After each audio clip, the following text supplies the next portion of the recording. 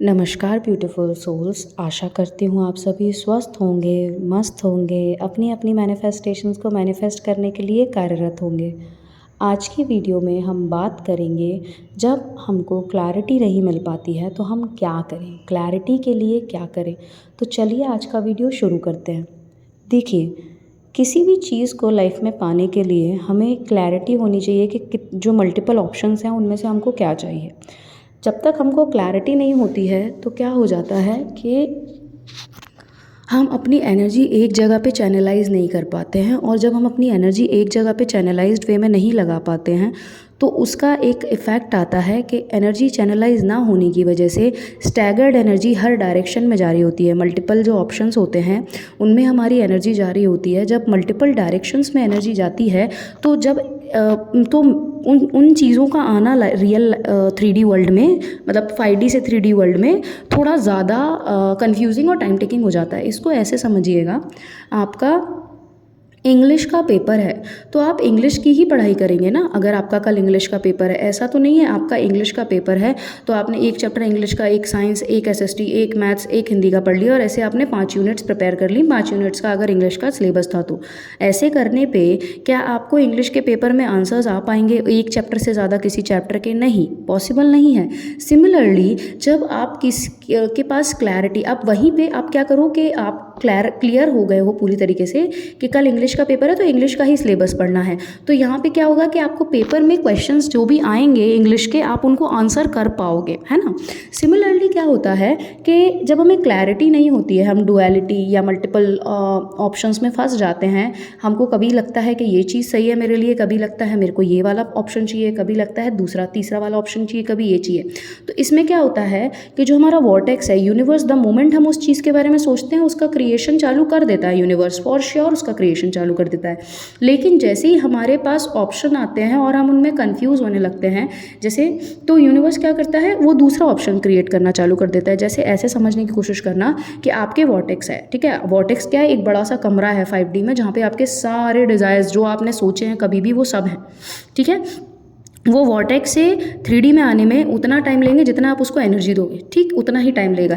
अब होता क्या है कि जैसे सपोज करो आपको एक कार लेनी है, आपने डिसाइड किया आपको स्विफ्ट लेनी है, फिर आपने स्विफ्ट लेनी है, स्विफ्ट बनना चालू हो गई, मतलब आपके 3D में आने के लिए तैयार होने लग गई। लेकिन फिर थोड़े टाइम के बाद आपको लगा नहीं यार, स्विफ्ट तो अच्छी नहीं लग रही मेरे को वेन्यू लेनी है, ठीक है। फिर आपने वेन्यू पे डिसाइड किया, तो फिर यूनिवर्स स्टार्ट कर देगा क्रिएशन कि आपके 3D में वेन्यू लाना है।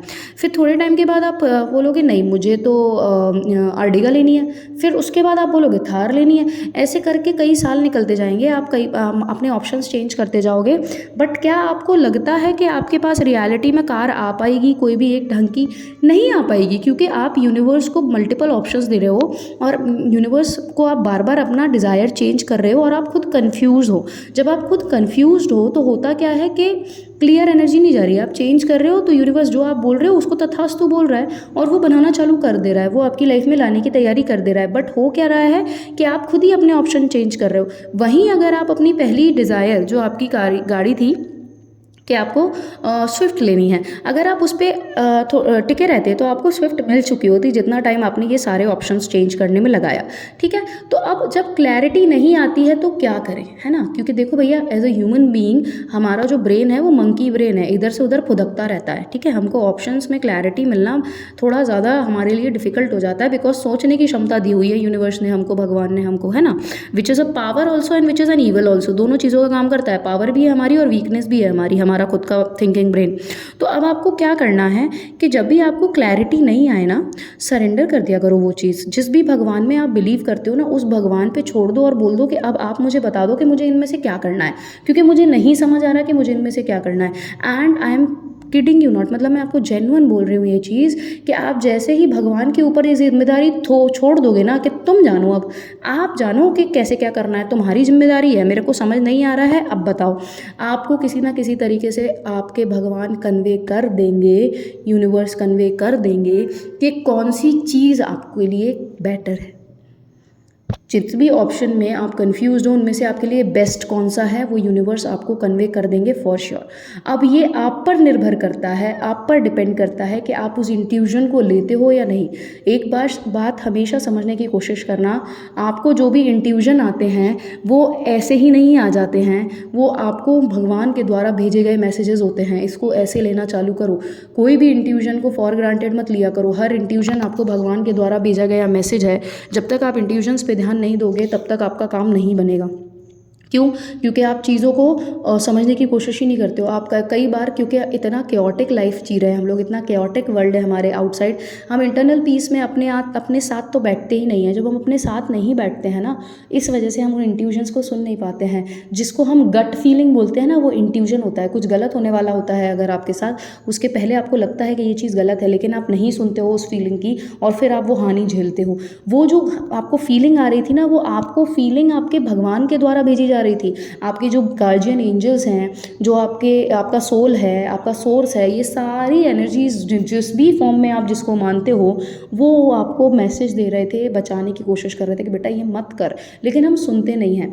जब भी आपको किसी चीज़ को लेकर क्लैरिटी नहीं हो ना, जब भी हमेशा जीवन में आपको किसी भी चीज़ को लेकर दुविधा हो रही हो, आप सरेंडर कर दो भगवान के पास जाके कि देखो ऐसा ऐसा है, मुझे नहीं समझ आ रहा, अब आप मुझे बता दो क्या करना है। वो मैं आपको बता रही हूँ, एनर्जी बहुत जल्दी ट्रांसमिट होती है। आपने एक क्वेश्चन पूछा, आपने उन पे सरेंडर करके एक एनर्जी क्रिएट करी, वो आपको उस क्वेश्चन का आंसर दे देंगे किसी ना किसी फॉर्म में और आपको समझ आ जाएगा। और जब वो आंसर आएगा तो आपको अपने आप आपकी आत्मा बोल देगी कि हाँ ये चीज़ सही है।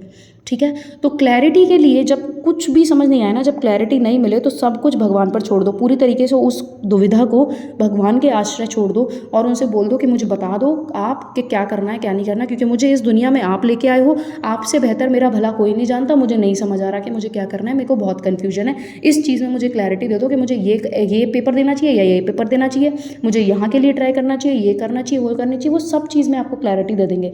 मतलब आपको जब वो मैसेज आएगा ना, जब आपकी वो डाउनलोडिंग होगी या आपको कोई इंट्यूजन आएगा, वो किसी भी फॉर्म में आपके पास वो मैसेज पहुंचा देंगे, लेकिन आपको पता चल जाएगा कि ये आपके क्वेश्चन का आंसर है।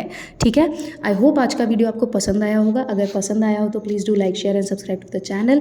Until next time, stay positive, stay grounded, keep manifesting, always remember that you are the king, you are the queen of your life, you are the creator of your destiny. जब तक करेंगे नहीं तब तक छोड़ेंगे नहीं, क्योंकि संकल्प से ही सिद्धि होती है। Thank you for watching the video. Until next time, Om Bhairavaaya Namaha, Hari Om Tat Sat.